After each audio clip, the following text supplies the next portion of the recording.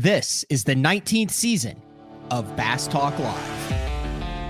BTL is presented by Bass Cat Boats, Strike King Lures, Aftco, Pro Guide Batteries, X-Zone Lures, Shoreline Boat and RV Repair, Spro, Gamakatsu, Big Bite Baits, The Bass Tank, Denali Rods, Beatdown Outdoors, and Sunline.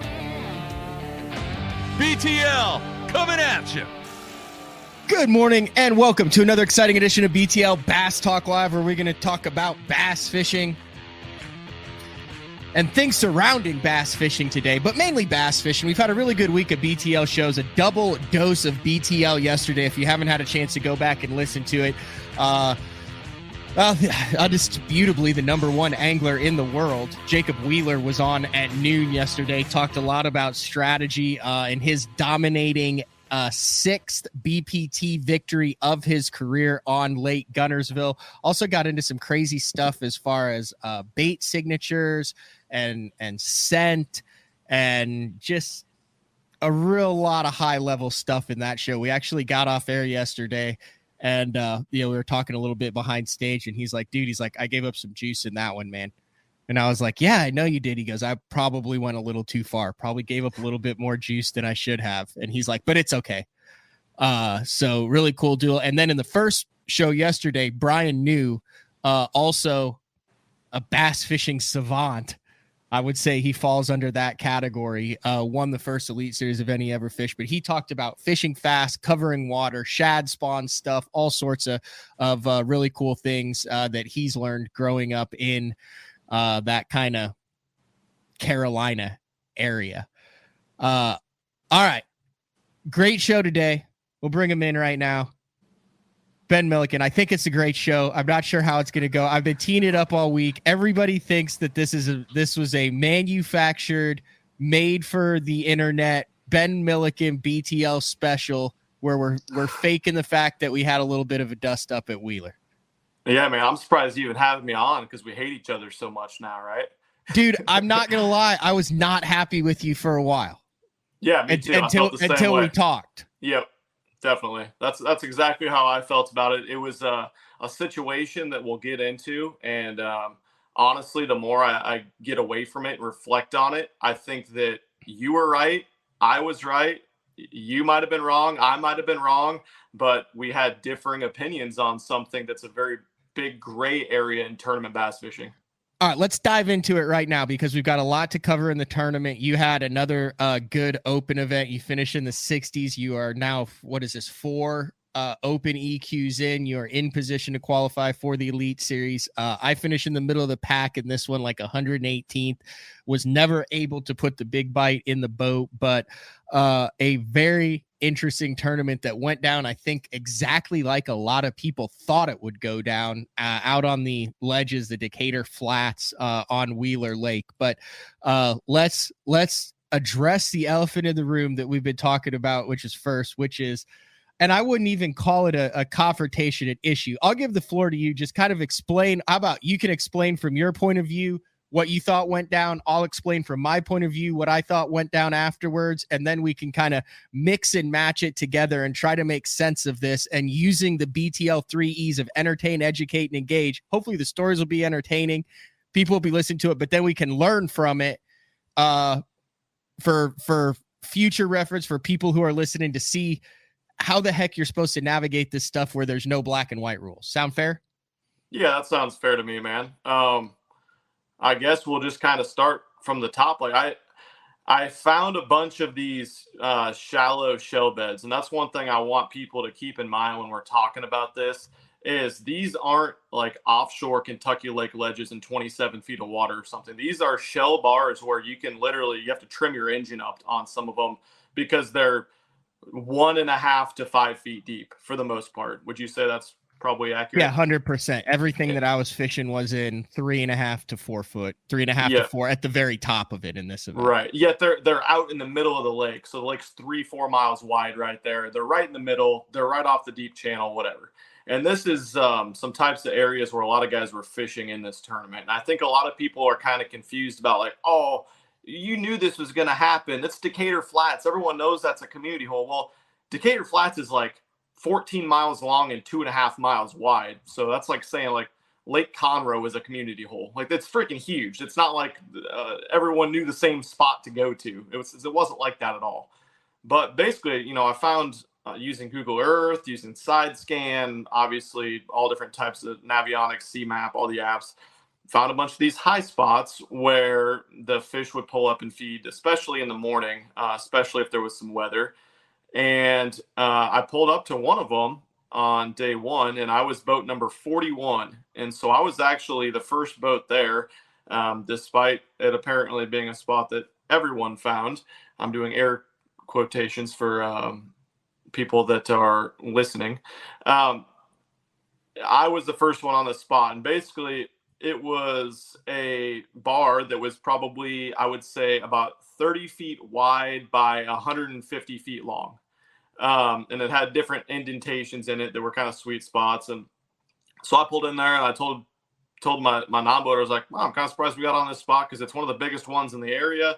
And I had 2 bites on it yesterday, shook them off, whatever. And yeah, I don't know. We'll see how it pans out, and we'll move on after that.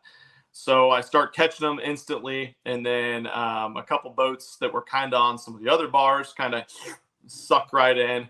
A couple of those guys got crazy close. And so I think, you know, when people saw my post about hole buzzards being on my stuff the whole tournament, I unfairly, since you were in the picture in the background on day number 2, that got, of course, turned into, oh, Matt Pangrak was on Ben's spots. He wanted to be on the whole tournament. When in reality, that was just like, that was a picture that Cole had grabbed in the background. But I think when people watch my videos, you're going to see some kind of crazy stuff. Like, I'm not talking about guys where I could like cast into their boats that were so close. I'm talking about like I could cast over this guy's boat into another boat they pulled in so close.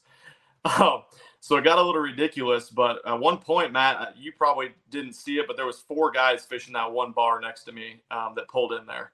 So we had 4 boats on this area where 2 boats is probably makes it difficult to fish. And so I'm fishing it. These guys eventually kind of leave because I was catching them. I kind of figured out some with a little finesse crankbait, and they weren't catching them.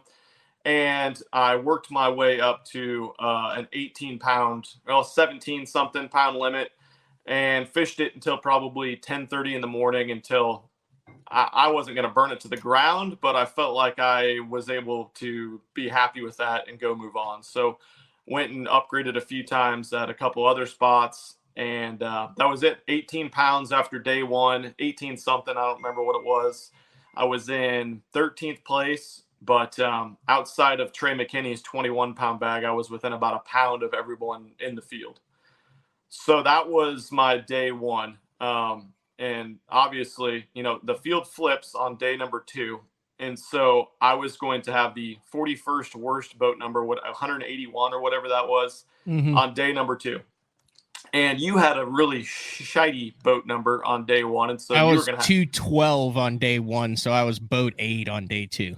There you go. So Matt was a good boat number day 2. So we were getting ready to launch, and we were all kind of staging there. And you called me over to your boat, and you said that I'm starting on the spot where you caught him yesterday. And I was like, all right. Kind of what I said. I thought I said, hey, Andrew Upshaw. I told Andrew Upshaw where I was starting, and he said that you fished there yesterday. Correct. You told me that afterwards. Yeah. And you also said that every time you drove by, there was a million boats on it, which is why you didn't try to come in and fish it then, which understandable. There was way too many boats on it. Yeah. And luckily, 3 or 4 of those were just guys watching me. And so I started on it by myself and by Tanner. So I also had it by myself. And after that, and in between there was other boats there, whatever. And so I was like, all right. And you said, so I don't know how much weight you had day 1, but you 11 pounds. 11 pounds. Okay. So I was like, okay. And I said, just make sure we stay back off of it and make a cast across it, because they're on the back side of it. That's where they were set up. That's where the bait is. That's where you can see them on scope. And you said, just come on in when you get there and we'll make it work together. And so I was like, all right, sounds good. And so I finally, you get there first. I finally launch and get there. And when I got there, you were set up. You were up on top of the bar, casting over the backside. Would you say that's accurate? Yeah, 100%. Here, I'm going to zoom in on this bar. I'm not going to show any identifying factors on it. You think that's okay that I can show it to where we can show? Do you have the iPhone view of the bar? Because that's the money shot right there. Yeah, there's actually two money shots that'll explain. Okay, I'll show this one here first. Because I got the sense that you thought that I didn't know where I was on it. So did you see that view? Yeah, that's good enough. I was focusing on this stuff right in here. Right. And I think you wanted to be out in here. Well, I wanted to be like kind of on the left side there, casting all the way across it. There was a boat not here. Not up there, but more towards the middle, and then casting up to that indentation you're talking about in the points, and then out to that right point too. Okay, because there was a boat right over here that was sitting down just slinging a Carolina rig going ham on catfish. Correct, yep. So we had 3 boats there, and then another guy came in too, and we had 4 boats there. Yeah, so there's a boat. There was a boat down here. I was sitting right in here. Yeah, I was sitting right in here, casting to this deal right here, and then you started here, moved over here, and then eventually came on the back and started casting out towards here. Accurate, just so people can see. Yeah. But I was kind of frustrated because I could see fish underneath your boat and around your boat, and I felt like you were up on top of it. And when I was going to get there, you were going to be back off casting across it. And I don't know if that's because you didn't see them and you didn't feel like they were there. I know you said you casted up on top of it several times, didn't get them. I started out and caught the crap out of sawguy and catfish and the shad and threw. And like I said, I'll talk about what I ended up too. But as soon as I got up on top of it, I caught some bass. And my thought was, first thing early in the morning, those fish are going to be up on top feeding, especially with the cloud cover and the wind and maybe some residual current from what they were pulling yesterday. Right. That's why I was up on top. No, I get it. But anyway, so like just basically where you were sitting, I felt like I couldn't make the cast that I needed to make, and we couldn't make the cast that I felt like we needed to make, whether I knew what I was talking about or not, because that's exactly how I caught them and where I caught them. Which you obviously did, because you had a parent. I guess you caught them there the day before. I don't know where you caught your fish. Yeah, of course. But that's why you obviously had a good cast. Stay back off of it, and that's why I was just like, well, shit. Now neither of us can fish it very well because. And it was difficult. The wind was blasting. There was white caps that morning rolling down the lake, so we couldn't cast our little crankbaits across it very well. And it was just a crappy situation where no one was catching very much, and the conditions sucked, and the fishing was not as good as the day before.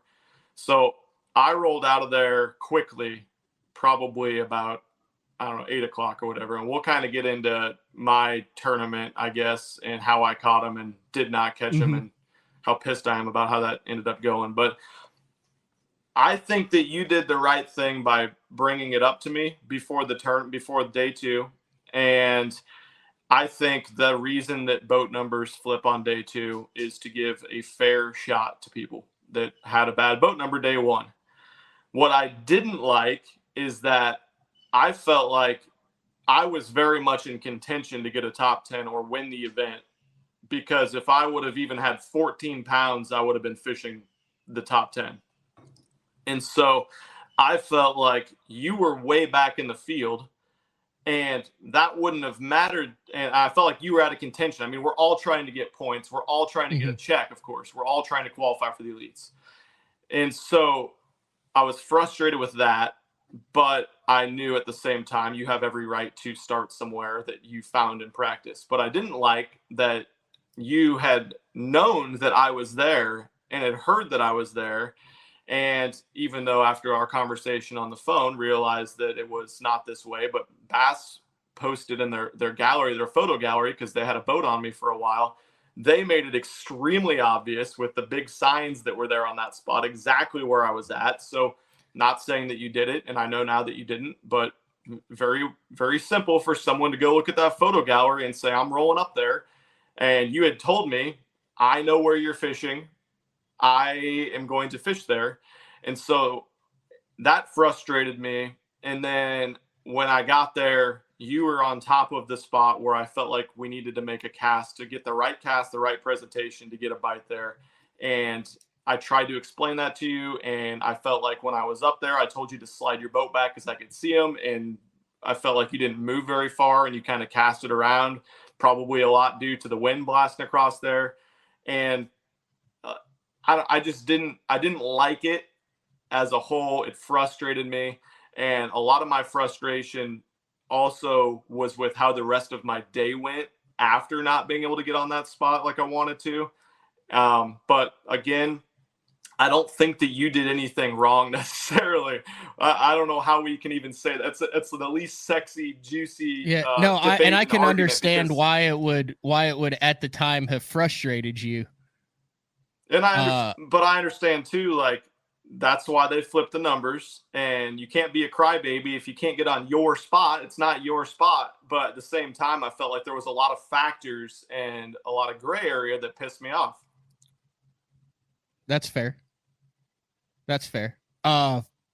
You want me to kind of give my perspective of it, and then when we mold the two together, I think as well as you described it, I think it's going to make a lot of sense. So, like I said, I was boat 212.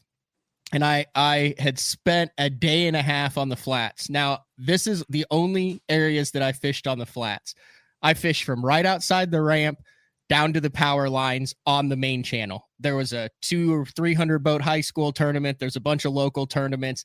I am not a fantastic offshore guy. That's not my cup of tea. I'm not great on the TVAs, but I did know that if you look at Google Earth, you can see the high spots. And I was like, man, I need to get on that pattern and look at that. And then I had stuff down lake too to salvage.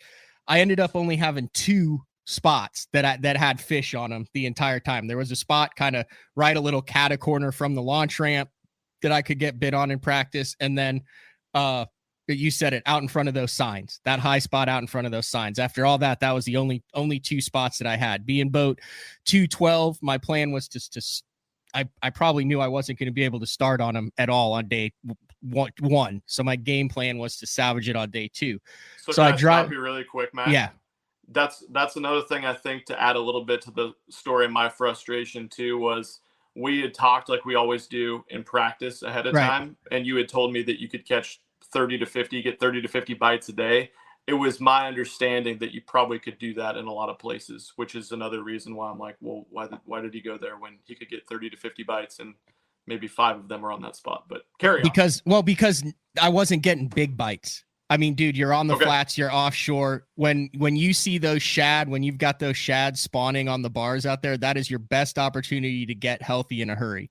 The rest of my stuff down lake was barge related, barge tie related, drop shot, bridge related, cull through, pound and a half, and dock related, pound and a half and 3 pounders. And in 3 days of practice, I'd caught 1 4 and 1 4.5 pounder doing that out of 150 bites. I had 15 bites on the ledges and 4 of them were over 3 pounds. So that's why I was saying, numbers wise, plus it's well known.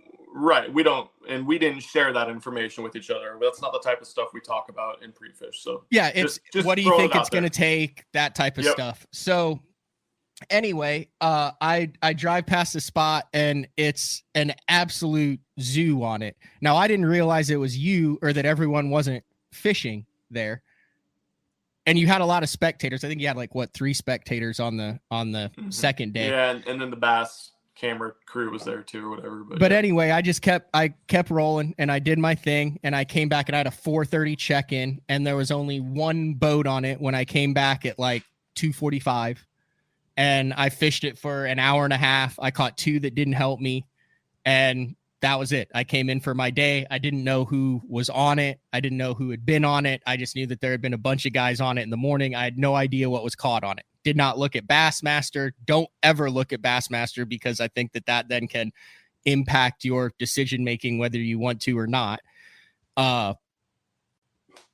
And I told Andrew Upshaw after that night, because I knew he spent a ton of time out on the flats. I said, dude, I'm gonna start on out in front of those dredge signs tomorrow. I said, I'm boat 8. I'm gonna get it. I said, it was an absolute zoo out there today. And he goes, dude, you know Milliken was out there, right? And I went, no, I didn't. He goes, that's why all those freaking boats were there. He's like, I drove past and they were like watching them out there. And I said, oh. And I started being like, okay. I said, well, I'll see if I can find him tomorrow and talk to him about it, because that's just how the boat flip works on the TVA fisheries. I looked to see where you were in the standings. You were 13th. You weren't leading the tournament. Yes, you had a good bag, but I assumed we knew each other. We could work together on it. The boat draw had flipped. I knew that I was planning on starting on that spot if I had a good boat draw. Obviously not in the same exact spot that you were starting, because I didn't find that cast. I found everything more up on top of it than you had, so slightly different areas. But I just thought I went about it the right way by approaching you in the morning and saying, hey dude, I'm going to start here. It kind of it gave you an opportunity, if you had an issue with it, to be like, dude, why? You had 11 pounds. Can you please give it to me? It's my number one, but you didn't say any of that stuff. When we got there in the morning, everything was cordial. I really didn't think that much of the interaction. You did say like, hey, kind of back off. So the thing that kind of ticked me off was in the post where you said like hole buzzards, where you were pointing like, and I was actually in that picture, and I understand that might not have been it, but it made it look like you were like bitching me out, when in reality, like I was kind of talking to you about the spot and stuff. And that's where you were like, hey, back out a little bit. And that's where the pointing came from. So that like rubbed me the wrong way on top of it. And basically it was just a lack of communication is what I was upset about afterwards, that didn't go down on the water. And I think what I learned from this is the more you can communicate with someone on the water in the tournament, the better the scenario is. Yeah, I would agree with that for sure. Not that, again, it wasn't really the best situation for communicating.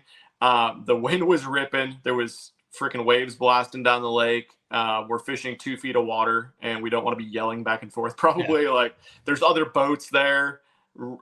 There was 2 other boats fishing within 30 yards of us. It was an interesting situation. I feel like this goes down all the freaking time. And I want to get into, because there's a lot to learn from this tournament on how this went down. And there are a number of ways to approach it. Not the incident, but the actual fishing. There's a lot of cool stuff that went down that I want to get into. But I mean, I did a Cole episode with Mercer on this and kind of talked about it. And I think that there has been established a right way to go about it. But I also think sometimes you have to go through it to understand it a couple times. And you are not new to fishing by any means. I see someone say you can see how new this guy is, but it has taken me a lot of time to get accustomed to 3-day tournaments and 2-day tournaments and the 250 boat tournaments and the aggression level of the entire field. And that's something that I think you have to freaking work through. And I know I've been through the growing pains, and I think everyone else in the field and every other professional angler has. You have to live through certain events to understand how to handle them either the same way, differently, or better in the future. Would you not agree with that? Yeah, 100%. I mean, especially a lake like that where it just fish so small.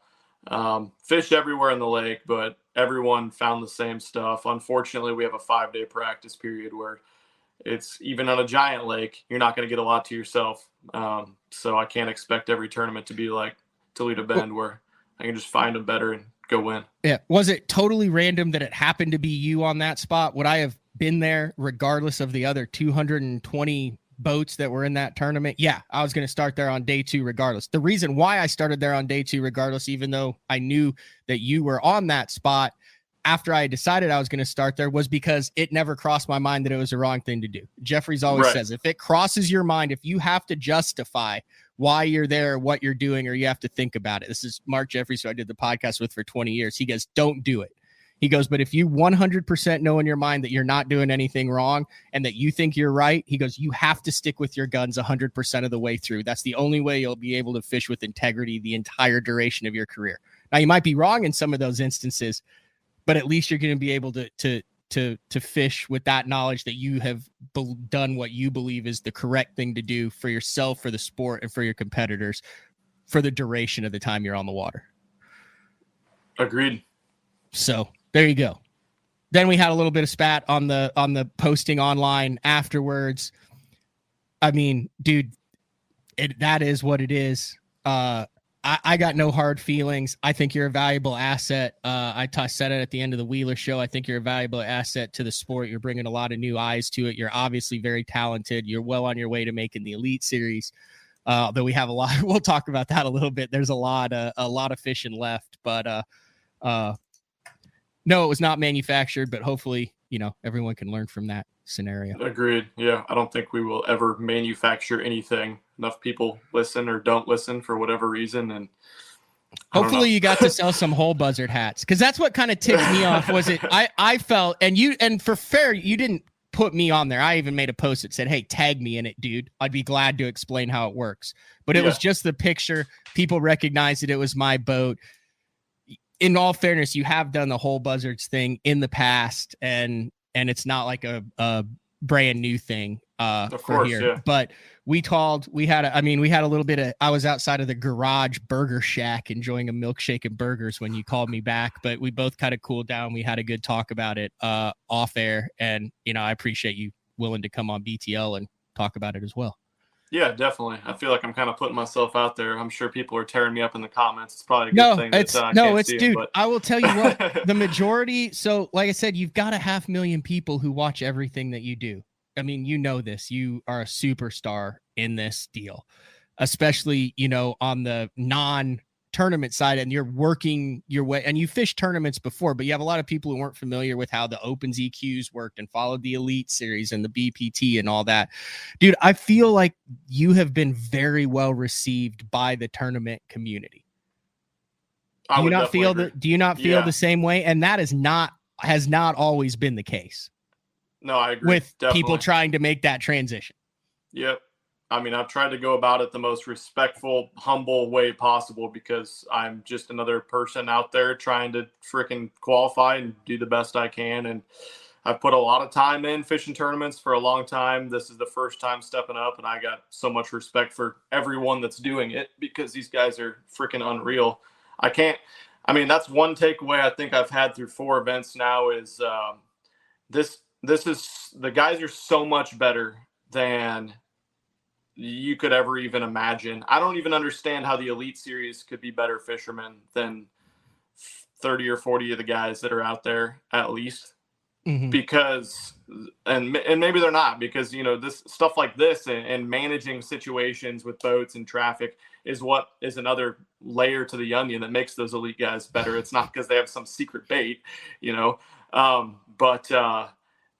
these opens are so difficult. You can find the best fish, the best presentation, the best area, and find 3 of those different patterns, and then you can get 60th place.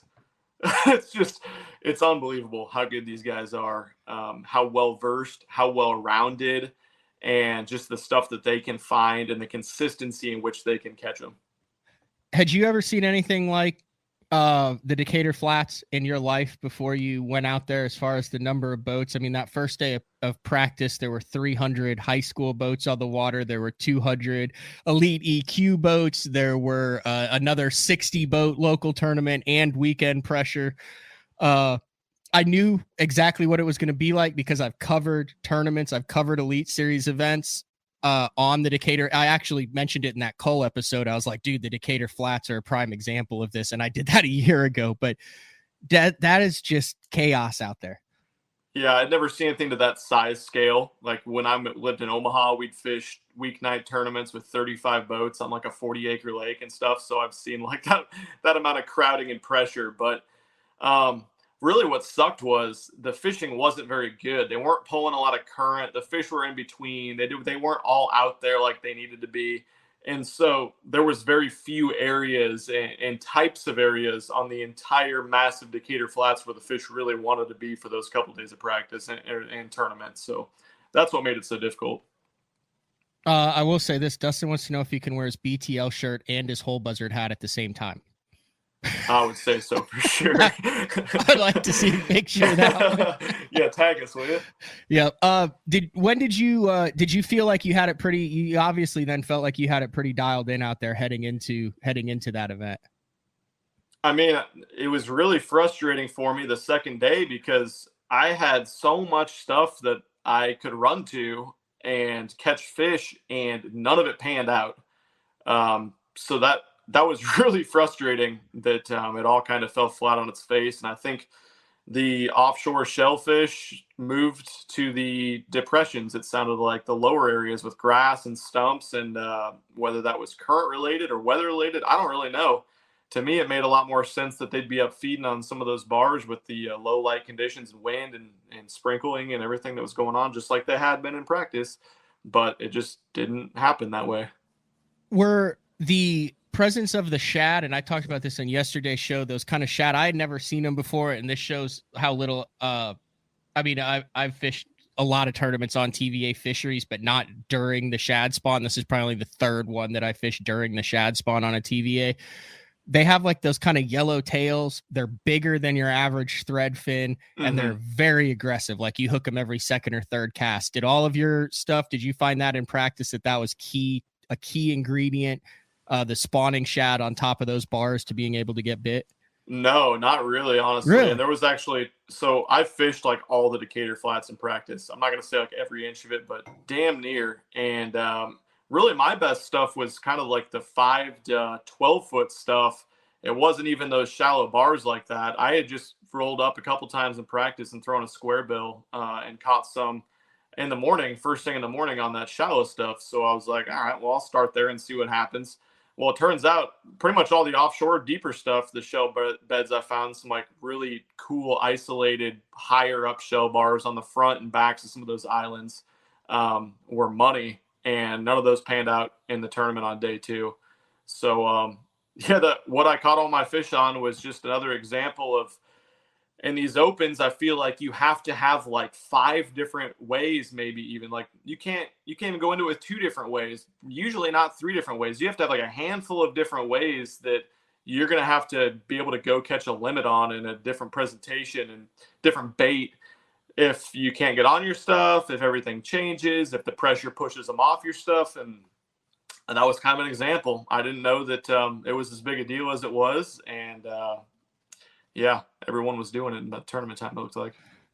For those who can't understand it, this is a great example. Okay, so this is Wheeler Lake right here. And this is where we take out of, which it was a really great takeoff. I mean, look at that ramp. Look at that. There's like 12 across 12 there. You could just just dump your boat and hop in. And then, I mean, I put it a different, but during practice. But literally, you start here, you take off here, and then this is all the Decatur flats on the other side. So this line, this is what you see on Google Earth. This line is the Tennessee River channel. That's Tennessee Correct, River yeah. right there. And we're in 25 foot of water out in here where this mouse is and all sorts of trash fish and stuff. And then it just goes, look at that. It just goes boom. And look at that entire ledge here. So you had guys over this entire thing. You had guys who focused just on the edge, guys who went back in here and used their mapping in Google Earth to find different back channels. You had guys who focused on laydowns and stumps that were in, water and drop shotted that. But basically from takeoff down past these power lines right here, this entire thing had, how many boats would you say were in from takeoff to those power lines right there, Ben? That one practice day where there was the high school tournament, I would say there was probably 300 boats there. It's absolutely insane, isn't it? It was incredible. Yeah, it was it was a spectacle to see. So anyway, that's the Decatur Flats as far as that. Tournament wise, was that the most pressure you had seen tournament wise on an area? On your first 2 events that you did really well in, Lake Eufaula, 5th place, and Toledo Bend, which you won. You blew away both spot tournaments as well, spot related tournaments, not area related, correct? Toledo was a little bit more area. Okay. Yeah, but did you have any of that pressure around you or anything, or were you able to kind of freely move in those 2? Was this the first one that you kind of felt hemmed in for the entire event? Yeah, I was a little bit, definitely. There's no doubt about it. But like I said, the second day, I saved 2 spots so I had this brush pile, this sneaky brush pile behind a barge that I had caught. There was like 40 fish in this brush pile, and I caught 2 2-pounders and a 3-pounder and left it in practice. And then I found this hump that was only on one of my apps and one of my mapping systems that I found way down the lake. Pulled up in practice, caught a 2.5-pound smallmouth, and it was like dead calm, slick, terrible conditions. The fish didn't even want to bite. Caught like a 2.5-pound smallmouth and got bit like 3 times, and then went back again in practice, terrible conditions again. Caught a bunch of largemouth on it. And I was like, okay, if things get tough day 2, or if I'm doing well day 2, I need to save it for day 3. I got those 2 spots.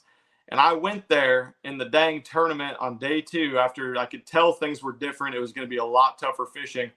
I pulled up to that brush pile and I caught like 5 fish. Like 3 of them were keepers, and the biggest one was like a 1.25 pounds, 1.5 pounds. And then I was like, okay, what the hell? Where did they go? And same fish are all still there. And then I fished a couple spots where they were just isolated shell beds that I knew a couple people found, but still pretty sneaky. Got a couple little bites that were walleye. I was like, okay, that's awesome. I'm shocked at how many of those were in this pond. Me too, man. You can't even catch that many in freaking South Dakota and Minnesota sometimes. And then I was like, all right, screw it. I'm going to go get a limit and get some 2-pounders down at the hump.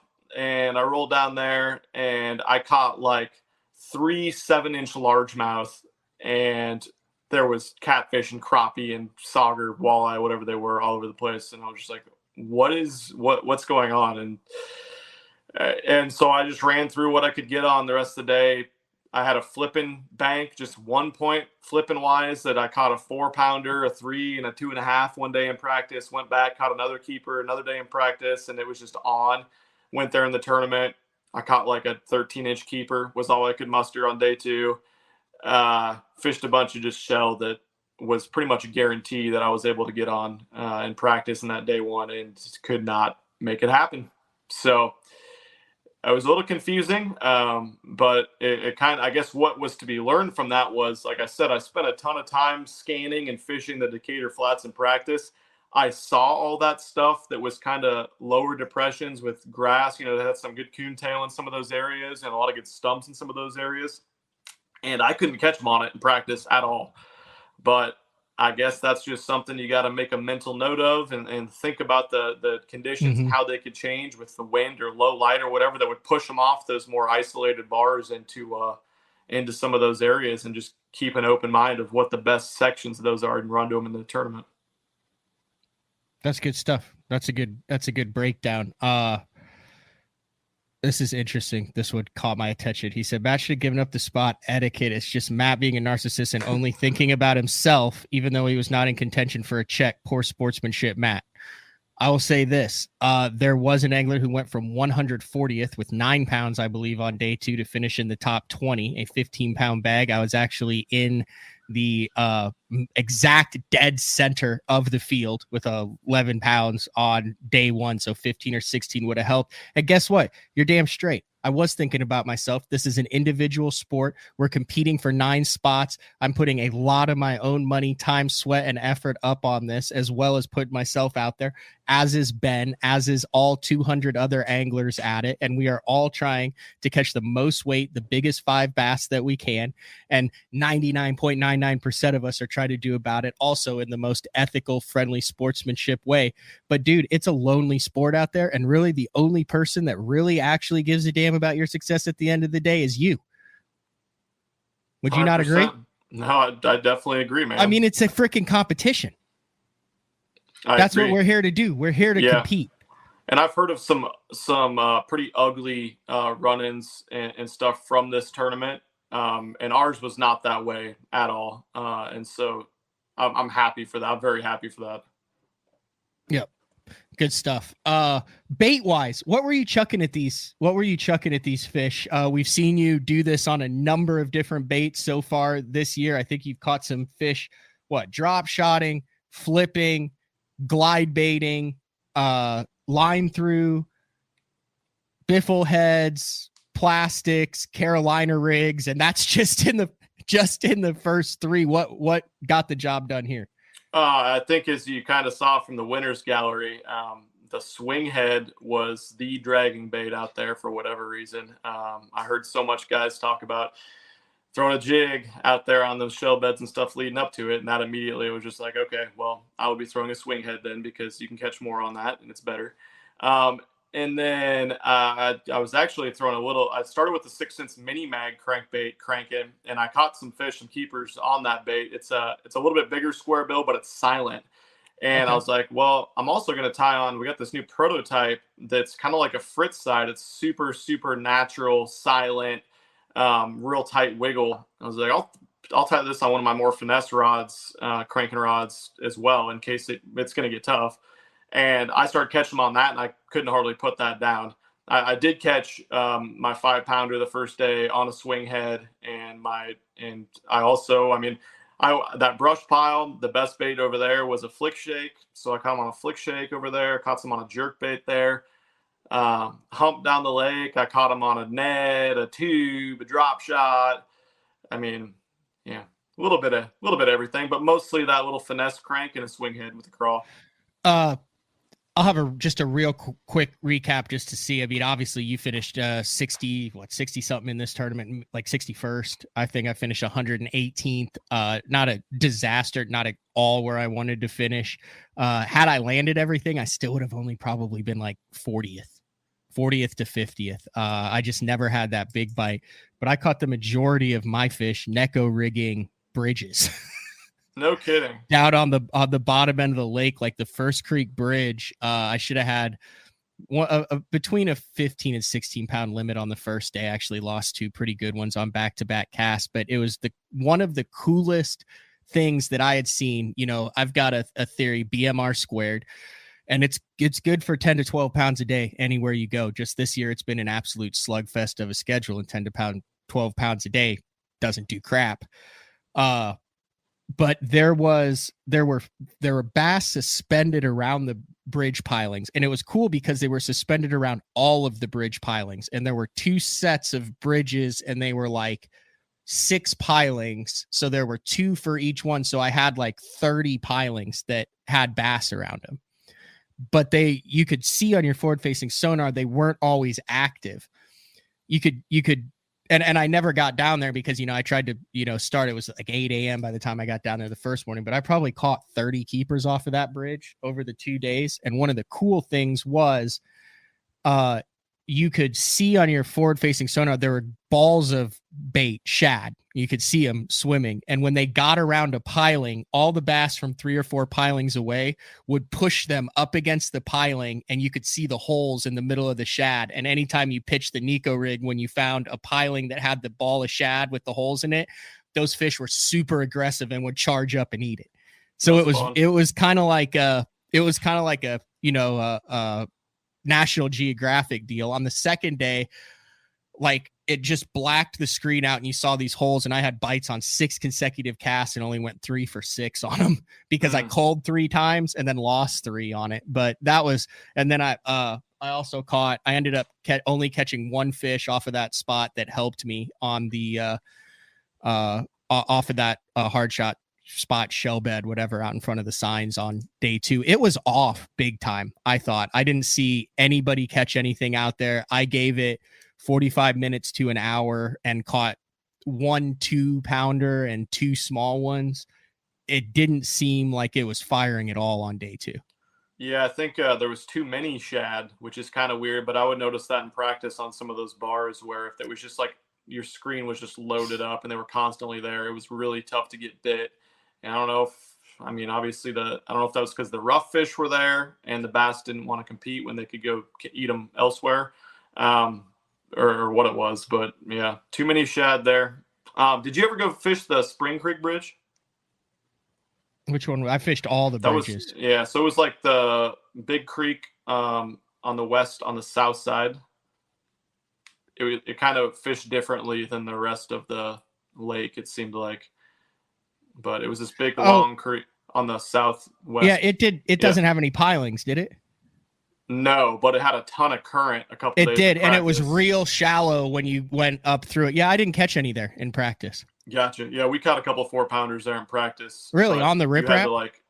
like where it was blasting through, but it was Okay. like you had to navigate your way through the cat fishermen's lines and stuff to fish it. So that Yeah, was no, I crazy. thought that was real interesting because it did get real high, and then all those birds would come out of off of the bridge, and it was like an Alfred Hitchcock movie when you're trying to fish underneath that was bridge. weird. What are Yep. those, swallows, or what are those called? I think so. Yeah.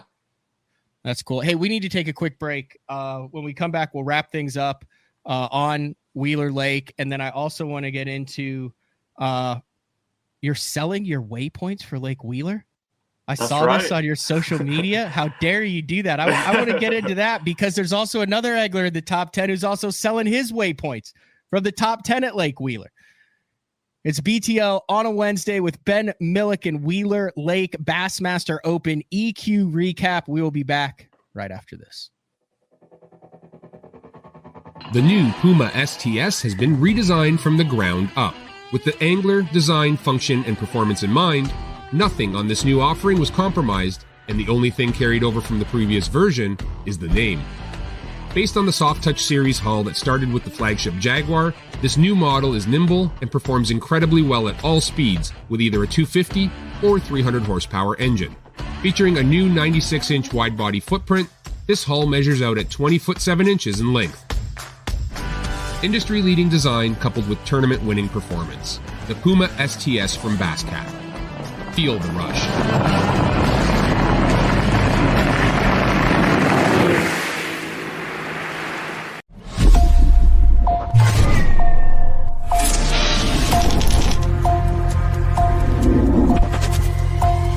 Everything you need, one legendary brand. Top 100, Strike King.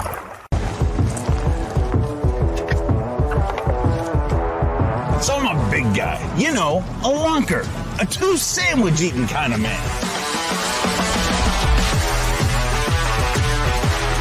And on behalf of all of those bigger, I gotta say it once and for all, it's bad enough that the fish look smaller in our hands. The last thing we should have to worry about is getting quality outdoor clothing that fits. AVCO, any fish, any water. Elite Series Pro Daryl Gleason here. My Pro Guide batteries keep me going on those long tournament days and long practice days. Always plenty of juice, never fail.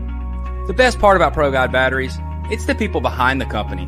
They have over 40 years experience in the battery business, keeping all of us fishermen out on the water longer, catching more fish. Check them out at ProGuideBatteries.com. What's up, Bass Talk Live fans? Brandon Polnick here. And ever since I won a couple Bassmaster Elite Series events on X-Zone Lures, I've been getting a bunch of questions of what makes them so special and different. And really, the truth is, it's in the details. The little details, things like no cheap fillers in their plastic. That gives you more lifelike action, more realistic and vibrant colors. But don't just take my word for it. Go to www.xzonelures.com and check them out for yourself. Shoreline Boat and RV, dock rash, storm damage, collision repair, that deep scratch or gouge from trying to access that secret creek. Shoreline Boat and RV can get your prized possession back in mint condition and looking good on the water, fast. All repairs are done in-house, so they're able to get your boat or RV back to brand new, quickly. All Shoreline's work comes with a rock-solid warranty. Find out more at ShorelineBoatandRV.com. Kansas City, Austin, and Tulsa. All right, welcome back. BTL on a Wednesday. Ben Milliken talking all things Wheeler Lake EQ. Does it surprise you on how difficult it's been at the top of this thing? I think I'm like 50th in the points after 4. I've got to basically top 20 the next 2 where I'm out of it. But you are right in the thick of it. You're in 9th. You have a 1st, a 5th, 2 60ths. That's a hell of an average, and you're still fighting for the last spot halfway through the year. That kind of surprises me as to how many guys have been able to be consistent through the first half of the season. Yeah, these guys are freaks. I can't believe it, man.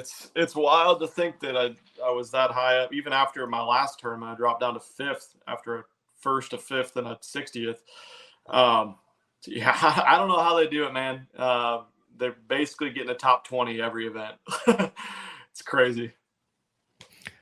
Anything else that was important you think about Wheeler that you want to make sure gets in here? One of your videos, have you dropped one? Have you dropped a practice video already? Practice one's coming out tonight, and then Okay. maybe like Friday and Monday night. It's kind of funky with the holiday weekend. We'll kind of try to.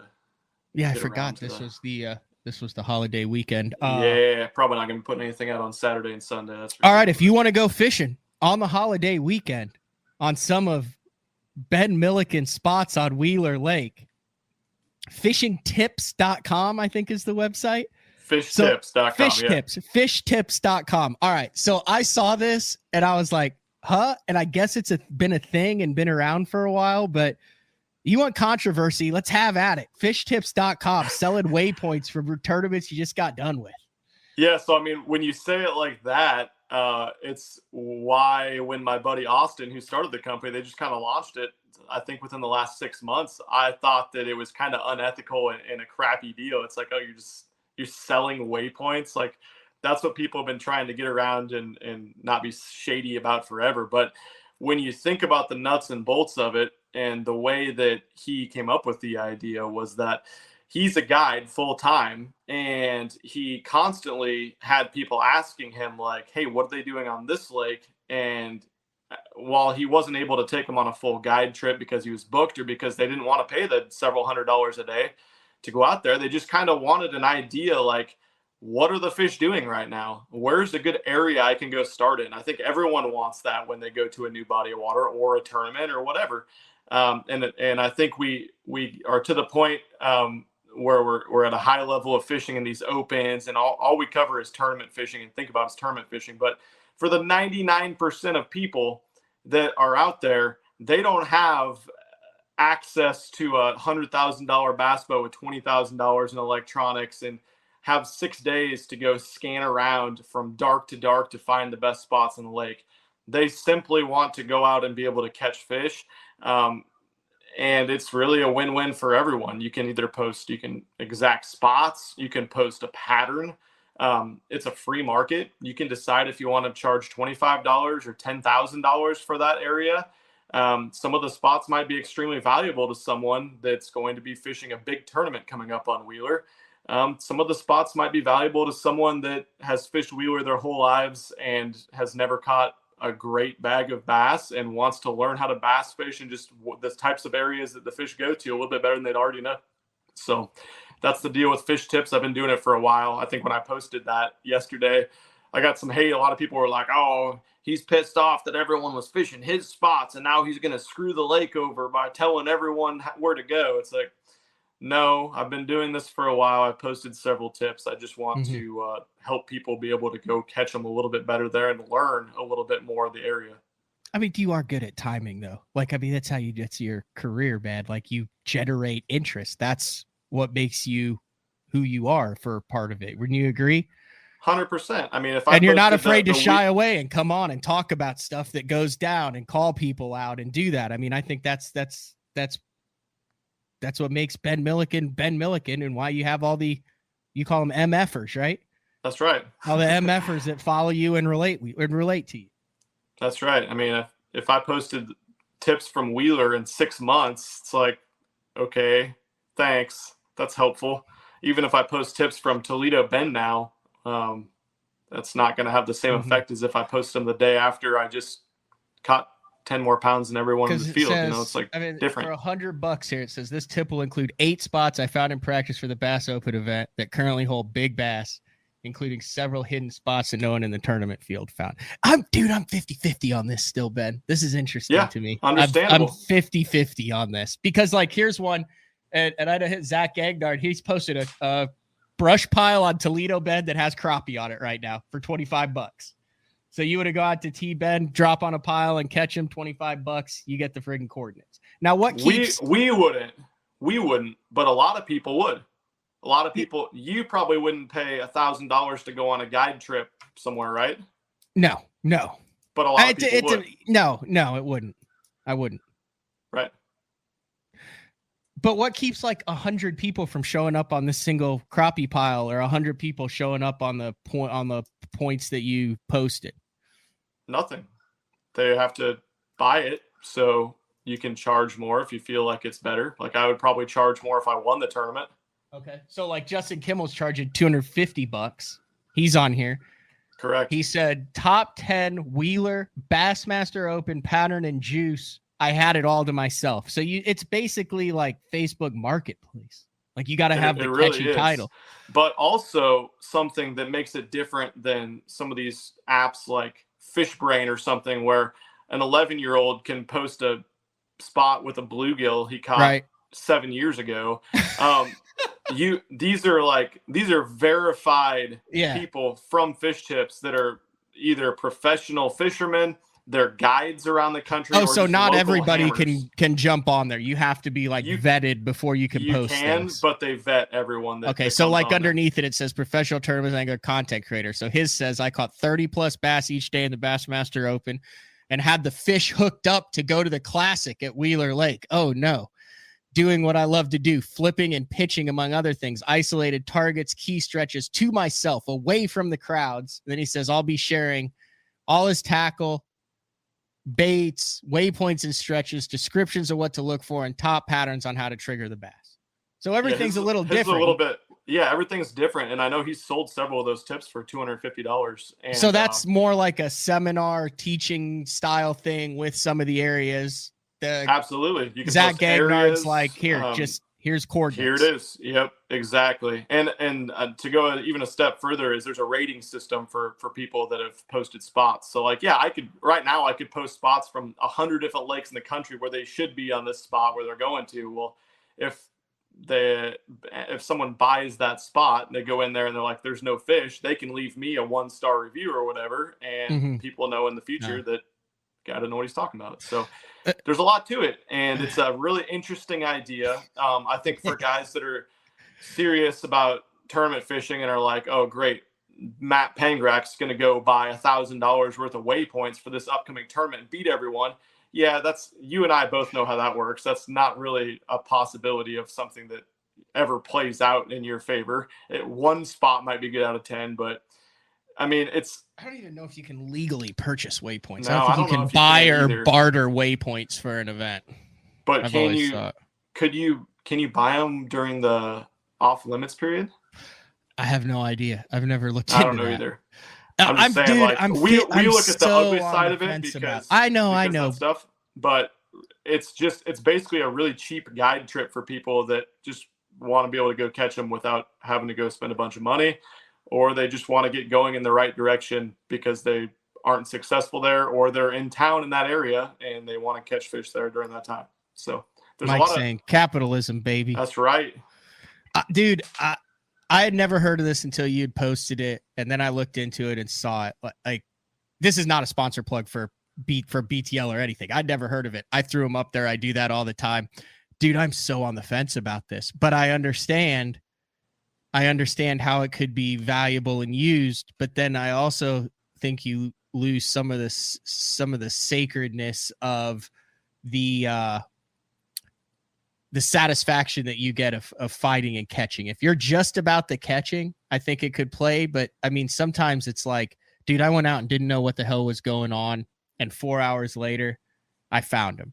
But I could also see if I was taking an 8 or 10-year-old out, that kid doesn't want to idle around and suck for 4 hours. I mean, he's already over it. If I could, slippery slope. Or it's interesting. What are you going to idle around with if you have a 5-inch Lowrance 1997 flasher on your boat is all you got, you know?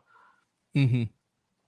I guess it is. People have pointed. I mean, they do the lake map breakdowns with Fish the Moment, Randy Blockett, and all that stuff, where they go in and they put the, areas and productive areas and 100% on specific lakes. So yeah, you should have Austin Neary on here. I wrote his name down. He's a great interview. Is he Dreamcatcher's guide service? That's I think you've mentioned him before on the glide baits. Yeah, he's a very good big bait fisherman too.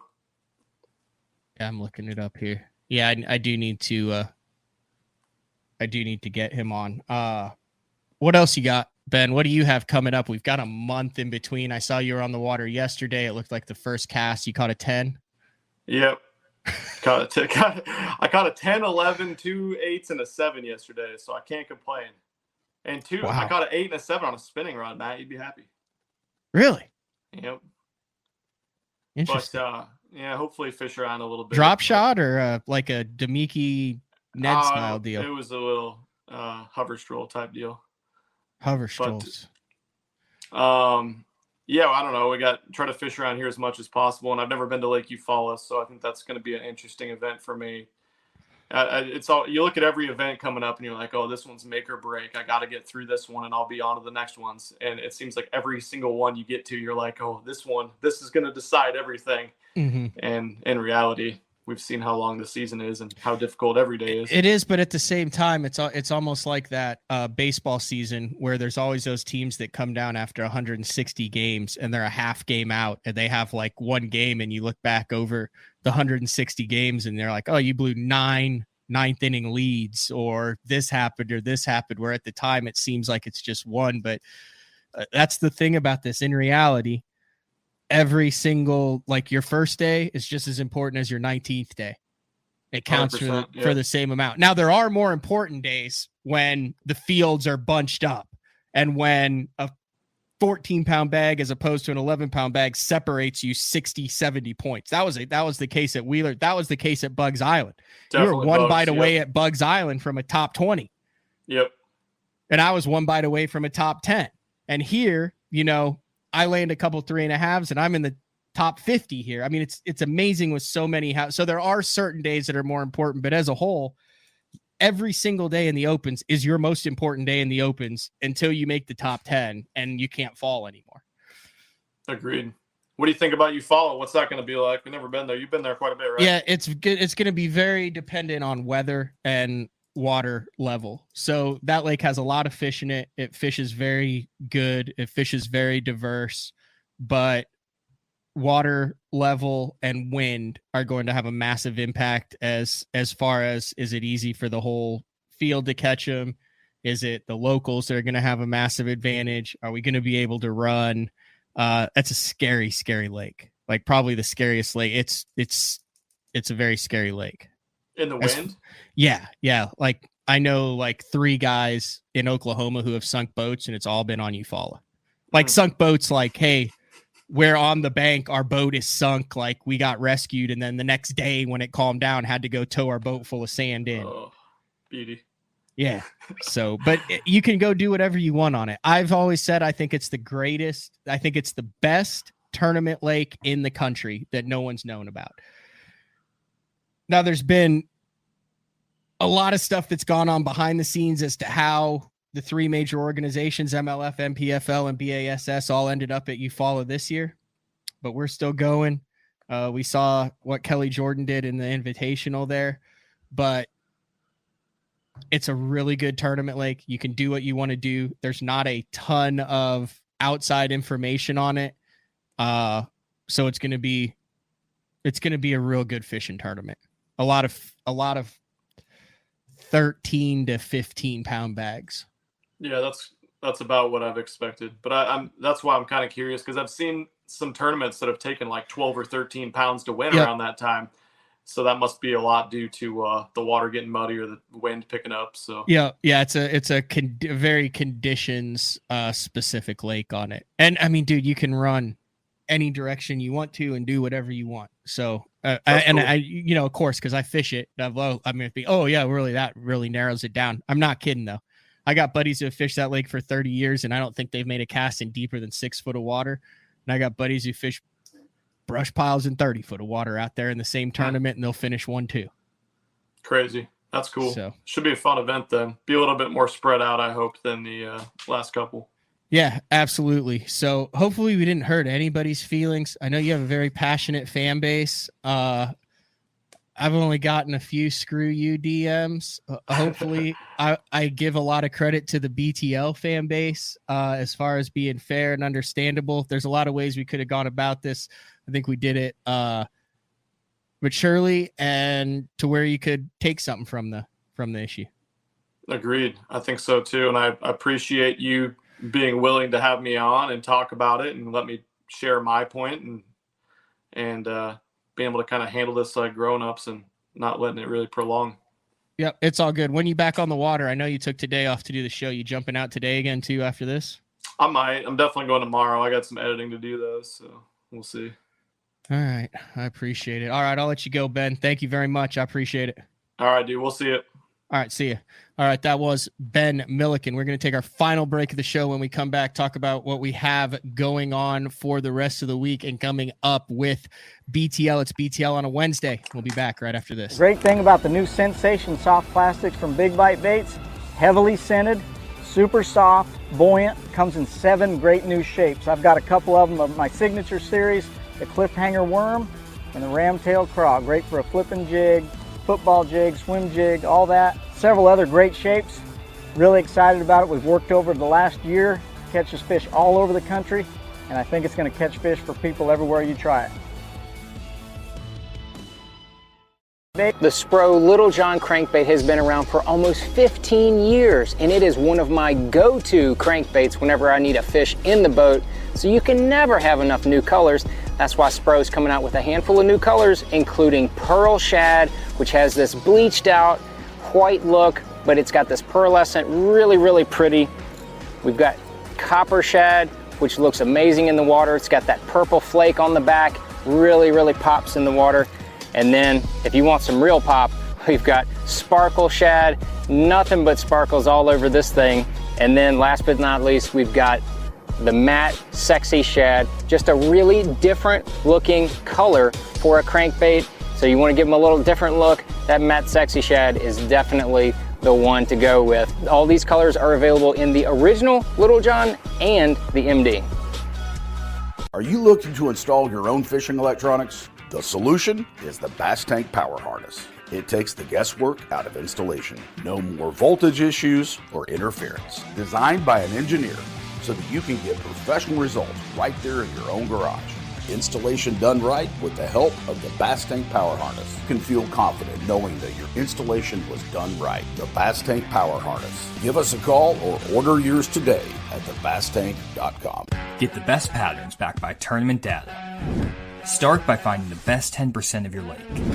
Know exactly what to look for and what to throw. After that, just put them in the boat. Try the Deep Dive app today. Look at that beast right there. Have you considered purchasing new electronics for your rig? The type of mounts you choose to protect your investment should be part of the decision-making process.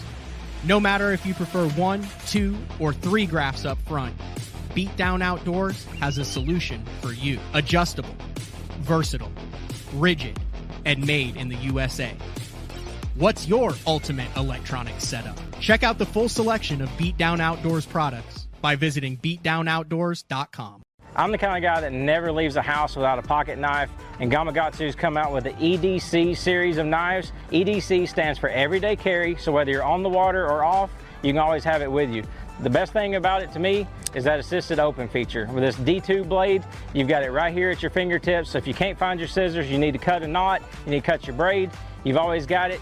Make sure you check it out. Never leave home without your Gamakatsu EDC knife. Born in Japan, using technology, innovation, and precision, Sunline produces the widest selection of fishing lines at the most technologically advanced line factory in the world. Manufactured at the strictest tolerances to produce victories at the highest levels of tournament bass fishing. From household names like Christie, Swindle, and Cruz, to young guns like Cook, Logan, New, and Welcher, they all trust Sunline to take them to the top of the leaderboard. Choose the line that will give you the strength to guarantee your confidence. Sunline. Having confidence in your tackle while on the water is one of the main things to success, in my opinion.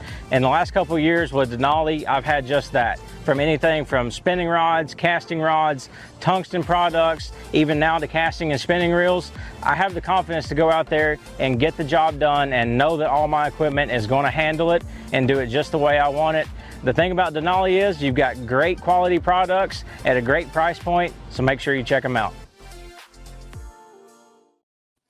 All right, welcome back as we wrap things up on a Wednesday here. Tomorrow we are back live, day for Frank Scalish. I also am going to give away a new Denali Novus Pro reel on next Monday's show. Yesterday, we gave away 6 of the, I got them sitting right here. I need to go to the store and put 6 of the X-Zone Stealth Invaders. Brandon Polinick, designed by X-Zone, gave away 6 packs of those to one of the comments during the Brian New show.